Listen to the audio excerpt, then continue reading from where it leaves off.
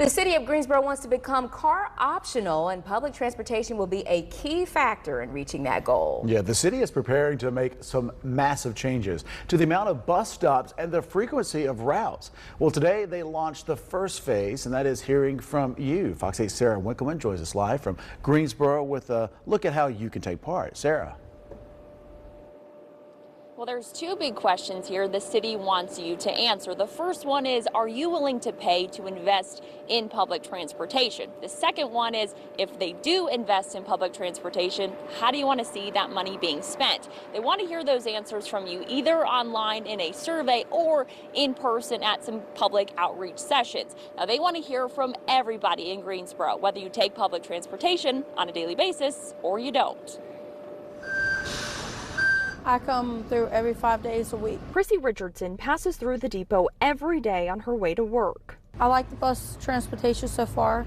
It could be improved. Those suggestions are exactly what the city wants to hear. There are two map proposals. The first one, a ridership concept, which would increase the frequency of service in some major corridors from 30 minutes to 15 minutes. I think that would benefit everybody because especially if people has to be at work at times set or want to go home, be with their family after working a long, hard day. The second is a coverage concept, which would add new stops and service more areas in the outskirts of Greensboro. Some new stops would be really beneficial. Either concept comes with a price tag around $27 million, mainly funding staffing and other operational costs. That money would have to come from general funding or a half-cent sales tax across Guilford County.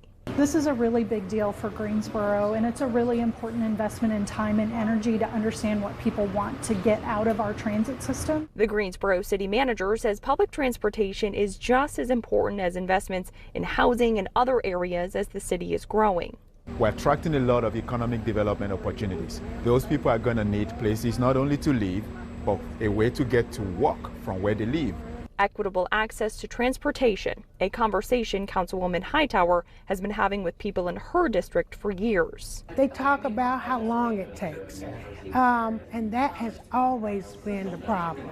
You know, you have to ride quite a distance for a long period of time, simply if you're just going to the grocery store. And if you want to share your thoughts with the city, you can do it online in that survey, which is up right now, or you can go to several options of different in-person sessions happening throughout the city of Greensboro. We have a link on our website, myfox8.com. It'll take you right to that survey to do right now, or you can mark down that date on your calendar and go in person. Live in Greensboro, Sarah Winkleman, Fox 8 News.